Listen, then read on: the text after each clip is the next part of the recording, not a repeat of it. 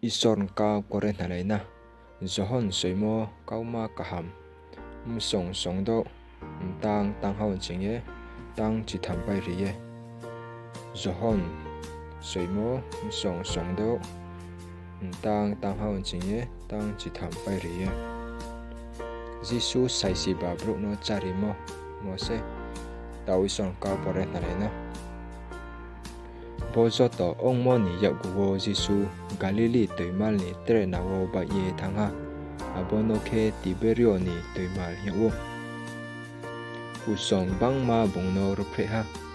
biara mayak nai raw ni sakawo pholi numo samung tang yak mo braw numi Jisu hathayo kasaye bini si churaw bai aro wo chole ha Akhe Jihudi raw ni karbeng mo ni khang mo sal sampa saha Akhe Jisu tau sa na ye usong raw bang ma bin thingo phai mo no nu khe bung Philip no saha bosu bro macha pai na mo de khe chung bre khe chamung pai lamayo nai himba bung pokaw samole bung no kha nai ni hinge se sawo tuma hingke bung sao se tuma khe yaw nai si payu Philip kau pherawe saha rang denari rang noi nir tu paye la pho sau boyo sisa pho se thu ya bini si churam sing ni ki ha Simon Peter nim phayong Andrio bini thingo sasaha borawo chrai ki ha tongmi bini se barde ni awain la ba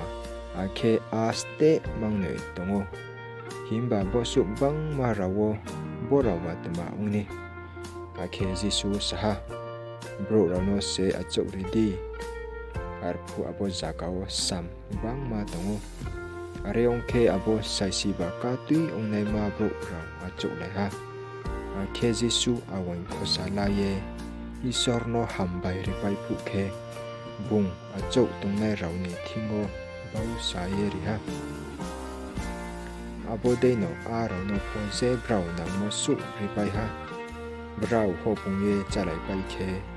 bung bini si churaw ni thingo saha grai ako tongmo raw no sisa pho maya modei khe thumye ladi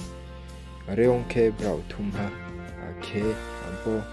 barli ni awai grai chapai mai yama ako tongmo thai khongchi noi kungkhe mai ha ison ka pore thalai mo zoton sakawo se isor srabok ta rinang tho Amen.